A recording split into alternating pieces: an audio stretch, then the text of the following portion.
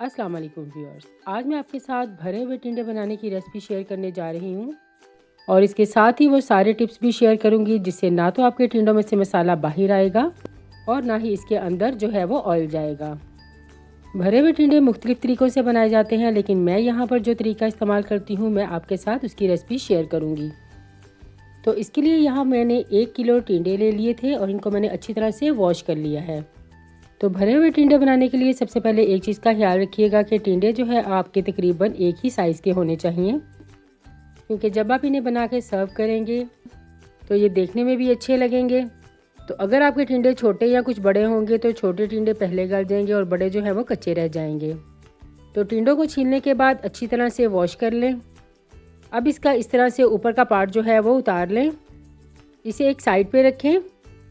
अब आप किसी भी गोल नाइफ़ या इसे स्पून की मदद से भी इस तरह से अंदर से हॉलो कर सकते हैं। तो इस तरह से अंदर से सारा गूदा जो है वो निकाल कर एक बाउल में डाल दें। और यहाँ पर आप एक चीज़ का ख्याल रखें कि छुरी से इसके अंदर कट ना लगे, वरना आपका मसाला जो है वो बाहर निकल आएगा। तो इसी तरह से सारे टिंडे जो हैं वो मैं अंदर से हॉलो कर लूँगी और उसके बाद इसी का कवर हम इसके ऊपर रख कर इन्हें एक साइड पर रखते जाएंगे। तो यहाँ सारे टिंडे मैंने इस तरह से तैयार कर लिए हैं और ये टिंडों के अंदर से जो गूदा निकले है इसे हम स्टफिंग में यूज़ करेंगे। तो सबसे पहले हम इसे चॉपर में डाल देंगे। साथ ही एक बड़े साइज़ की प्याज काट कर डाल दें। 4 से 5 हरी मिर्चें काट कर शामिल कर दें। अब इसमें 1 teaspoon salt, 1 teaspoon red chilli powder और 1 टीस्पून गरम मसाला पाउडर शामिल कर दें।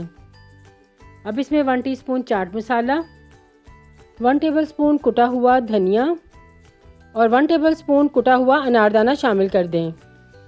अब इन सबको चॉप कर लें। बहुत ज़्यादा हमने इसकी पेस्ट तैयार नहीं करनी, बल्कि हमें इसे इस तरह से रफली चॉप करना है। स्टफिंग हमारी तैयार हो चुकी है। अब हम इसे टिंडे में फिल कर देंगे। तो मसाला इसमें इस तरह से भरने के बाद इसी का कवर आप इसके ऊपर लगा दें। इस तरह से इसे अंदर की तरफ करें तो ये ईज़िली इसके अंदर फिक्स हो जाएगा और कुक करते हुए ना तो आपका मसाला बाहर आएगा और ना ही इसमें ऑयल जाएगा। तो यहाँ सारे टिंडे मैंने इस तरह से तैयार कर लिए हैं और ये जो स्टफिंग है इसे भी आप एक साइड पे रख दें। अब पैन में 1 कप कुकिंग ऑयल का डाल दें। अब इसमें टिंडे 1 बाय 1 करके सिंगल लेयर में डाल दें। इस तरह से सारे टिंडे इसमें डालने के बाद हम इसे कवर करेंगे और इसे मैं 10 मिनट के लिए लो फ्लेम पर कुक कर लूँगी। 10 मिनट के बाद हम इसकी साइड जो है वो चेंज कर देंगे ताकि दूसरी तरह से भी इनका बड़ा अच्छा सा लाइट कलर हो जाए।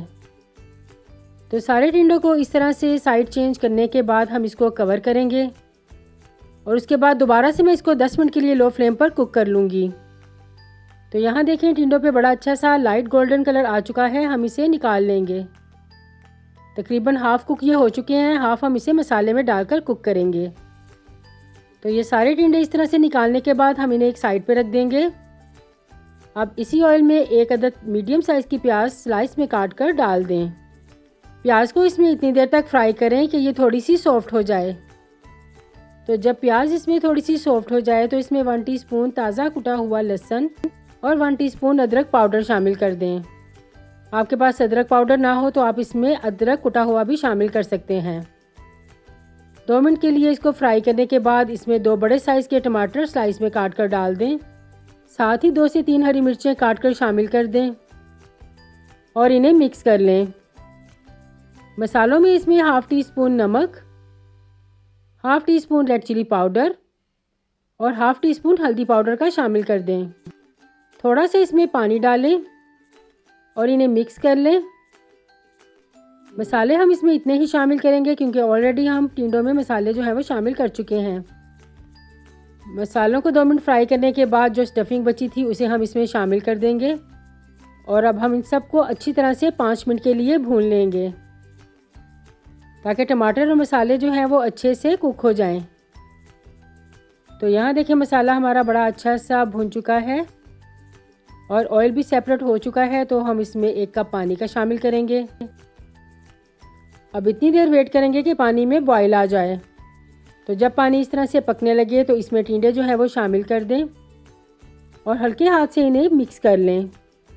बहुत ज़्यादा आपने इसमें चम्मच नहीं चलाना, बल्कि इसे इस तरह से सेट करें और कवर करके इसे लो फ्लेम पर 10 मिनट के लिए फिर से कुक कर लें।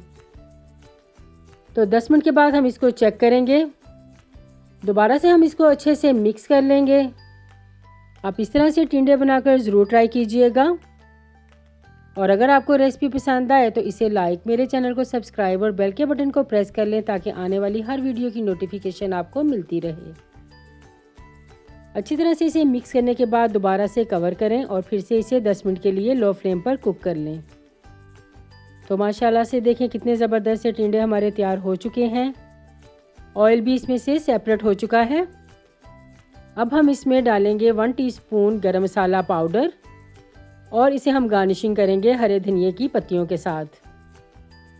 अब आप इसे मिक्स कर लें और आप देखेंगे कि टिंडों में से स्टफिंग बिल्कुल भी जो है वो बाहर नहीं आई और बहुत ही चटपटे और मज़ेदार टिंडे हमारे तैयार हो चुके हैं। अब हम इसे सर्व करेंगे।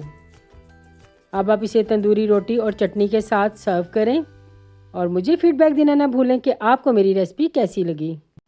तो मैं मिलती हूँ आपको किसी नेक्स्ट रेसिपी के साथ। तब तक के लिए अल्लाह हाफिज़।